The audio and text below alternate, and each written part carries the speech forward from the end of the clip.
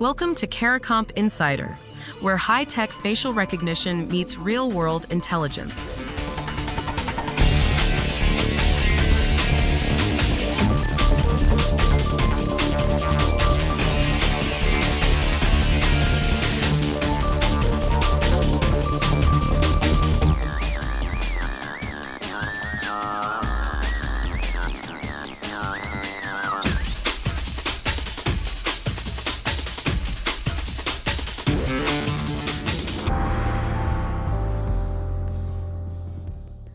Amazon's facial recognition system once matched 28 members of Congress to criminal mugshots.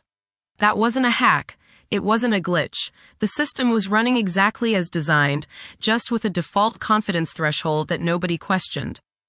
That single test exposed something every investigator and security professional needs to understand. A 95% match score feels like math, and math feels like proof.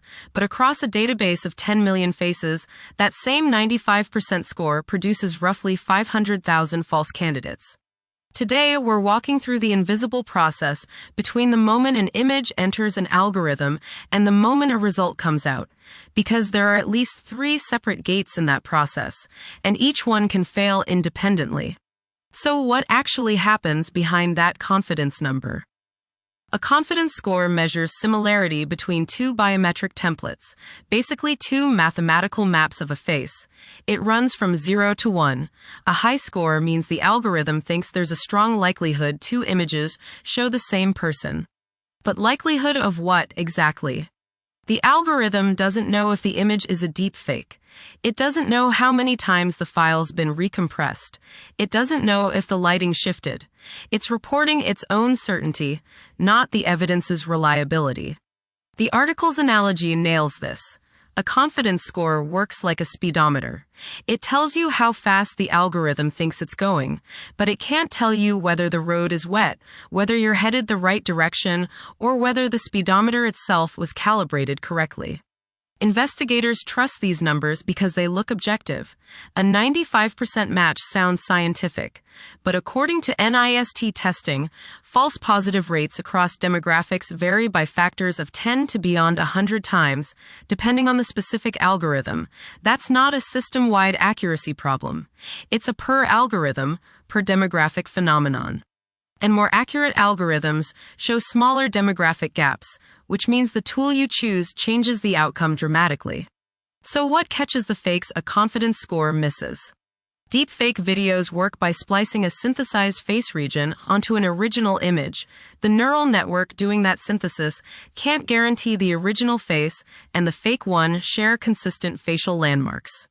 A human eye won't catch that drift, but an algorithm checking landmark geometry frame by frame will. That's a second gate, completely independent of the confidence score. Then there's a third gate, compression analysis. Every time a video gets re-uploaded or converted to a different format, detection performance drops. According to peer-reviewed research, some detection methods like FWA and DSP-FWA degrade significantly on recompressed video. Methods trained on compressed footage hold up much better. That means how many times a file's been re-encoded becomes forensic evidence in itself. And there's a painful trade-off baked into the scoring.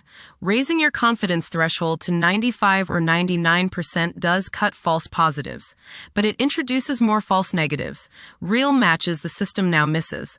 The score isn't a quality stamp. It's a dial that trades one kind of error for another. Deepfakes didn't break facial recognition. They exposed that it was never one test. It was always a checklist: image quality, algorithmic scoring, and landmark verification. 3 gates that each fail differently. A confidence score tells you the algorithm agreed with itself. Image quality analysis tells you the input was clean enough to trust. And facial landmark checking tells you the face was real in the first place. All 3 have to pass before a match becomes evidence. Next time you see a 95% match, don't ask whether the number is high enough. Ask which of the 3 gates it actually passed. Full breakdowns in the show notes. Now you know something most people in this industry don't. Use it. And when you're ready to put it to work, Caracomp.com. We'll see you tomorrow.